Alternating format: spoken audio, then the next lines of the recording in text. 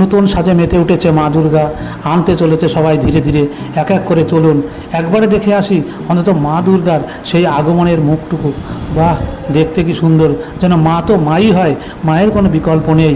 তো একে একে যখন আসতে চলেছে, ভিড় লেগে গেছে, তবু কোনো মানুষের দুঃখ দুর্দশা না থাকে, সবাই যেন হাসি মুখে মায়ের এই মুখ যেন দেখতে পায়, সবাই যেন ভালো থাকে।